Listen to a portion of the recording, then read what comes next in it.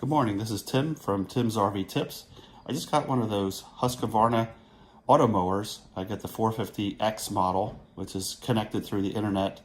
It's a real nice model. It's the top of the line residential model. And I installed it in my house, and I'm going to show you some of the do's and don'ts and pros and cons of the device and the holy grail of not having to mow your lawn, having a kind of a Roomba device do it for you automatically. So here we go. As you can see, I have quite a complex lawn with 3 guide wires and almost 700 meters of boundary wire. In this video, I'll show you, 4 things that happened to me. I tried to follow all the guidelines that Husqvarna published in their documentation. First problem was this narrow passageway with a high slope. I didn't think it was too slow. It was about 25 degrees, but the Automower just could not handle that passage. It kept turning and then chewing up the lawn, chewing up the grass that was there, which was kind of sparse to begin with.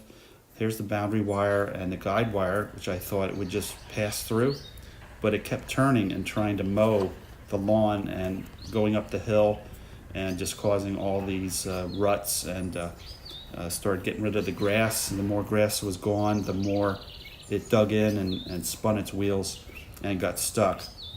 I tried to put boundaries, physical boundaries there as well. It didn't really help. It kept getting stuck and chewing up the grass, so I blocked it for now. Second thing is skunks. I've had 3 breaks now with animals, or I believe a skunk, looking for grubs.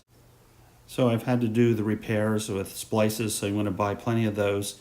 You also want to have a map and mark those splices so you know where they are. If you ever have to splice around that area again, you can perhaps minimize the number of splices you need to do to the wire. But it is easily repaired with a splice and repairing it per the Husqvarna instructions. But it took me a while to find the third one. I just could not see it right away. Other item here, it got stuck in this hole, even though I put boundary wire around it at least 6 inches, or actually more than that, 14 inches, and it just could not negotiate. It got stuck in this hole, so I had to put it out about 20 inches, and now it does not get stuck anymore. Next item, the Automower seems to have a propensity to hover around its charging station. Here it is, I have all this land, and it's sitting here mowing that area around the charging station, which to me is ridiculous. It should be out on the areas that I set it for.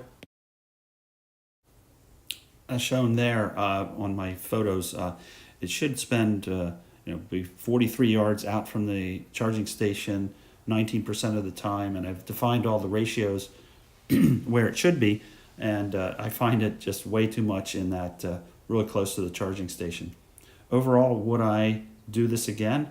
Answer is yes. I love the idea that once this is set up and I get all the bugs out, I may not have to mow ever again. And I love the way the thing operates, and the cutting height is very nice as well. Other tips I might have is you may want to have a professional come and do all your wires. My wires are becoming loose. Even though I have very rocky ground, and I doubted that their machine could get through the high amount of rocks in my soil, I still might recommend going with the professional and the machine that automatically buries the wires.